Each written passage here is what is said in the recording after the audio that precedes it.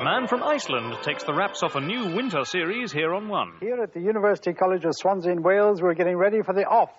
It's off with the covers and it's on with the most celebrated hot seat in television, the big, bad black chair of Mastermind. This is the start of our 17th season with the first 4 of our new annual intake of aspiring contenders for the Mastermind crown.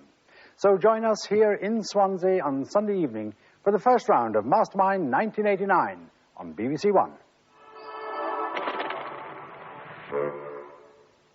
BBC Two's film, in just over 5 minutes, is an affectionate parody of the Hitchcock movies, produced, directed and co-written by Mel Brooks, who also stars as the new head of a psychoneurotic institute, seemingly with more problems than his patients, in High Anxiety. Here on One, a chance to decide just how well served you are by the BBC, as Sue Lawley presents a special programme taking you behind the scenes to see for yourself.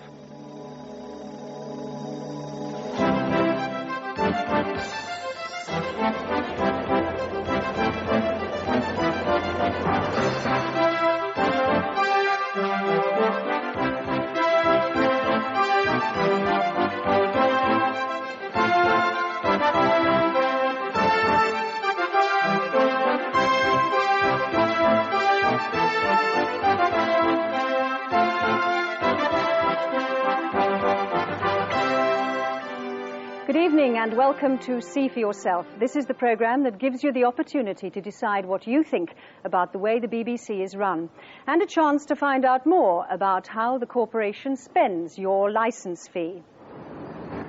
With the help of a licence payer, we'll be finding out why it can cost £150 a second to make a new detective series. With everyone on overtime, there's tremendous pressure to begin filming. It costs around £1,000 an hour to keep everyone here. If they have to reshoot this scene, it will take 15 minutes to get everyone to their positions and ready again. If you think the men at the top of the BBC are all grey and desk-bound, follow a day in the life of the man who runs the radio. I think within an organisation of this size, one of the problems is that management is seen to be remote. And I was determined to be seen about. And we're going behind the scenes of children in need. Why, with all the BBC's expertise, can things still go bump on the night? She's talking. Why can't we hear her? Where is she? Can we hear Joanna? Can't hear Joanna? Heaven's sake, come on. But do the men and the odd woman who run the BBC take enough notice of you, the viewer and the listener? Or are they still spending too much money on star salaries and background music and not enough on classic drama and local radio? Has the BBC become too acquiescent in its dealings with the government? Or perhaps it should be more prepared to do as it's asked? Well, the chairman of the BBC, Marmaduke Hussey, and the Director General, Michael Checkland, are here to answer those questions and others put by viewers and listeners who are waiting in our studios around the country. They represent some of the hundreds of people who've written to us over the past few weeks. Of course, it's difficult for the BBC to examine itself publicly in an entirely impartial way. What I can assure you is that the Chairman and the Director General have no idea of the questions that we have for them, and there have been no prior discussions.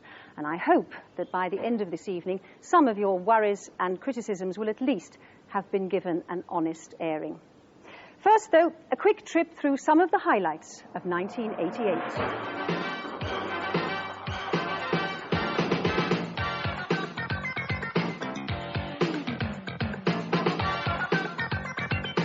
Television's oldest pop music show celebrated 25 years of fashionable sound with a new look.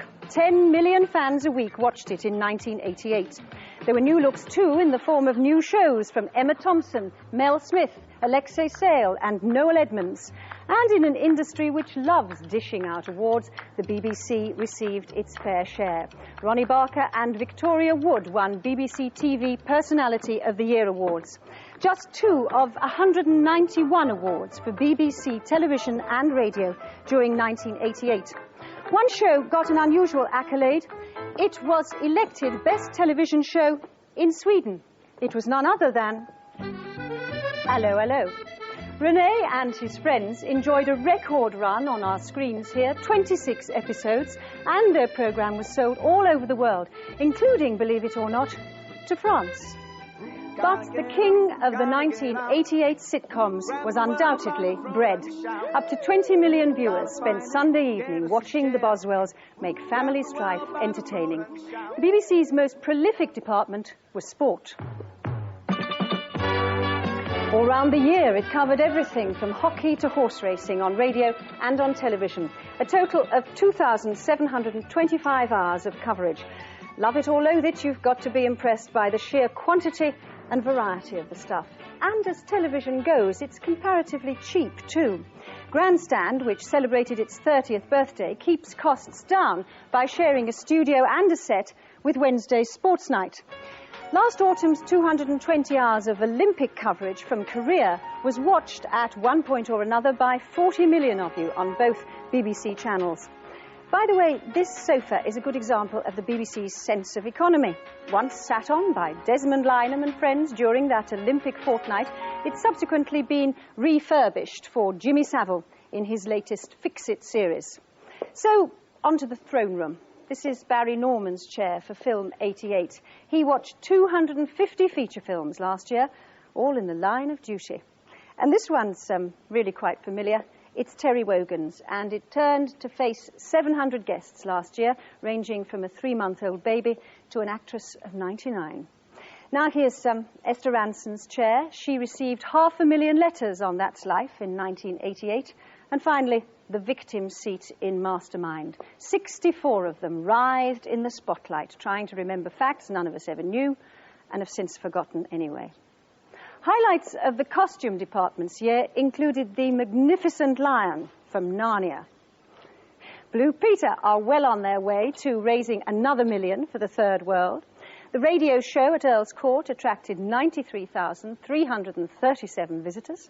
The Daleks were still pursuing Doctor Who on his 25th birthday, while Panorama celebrated its 30th birthday.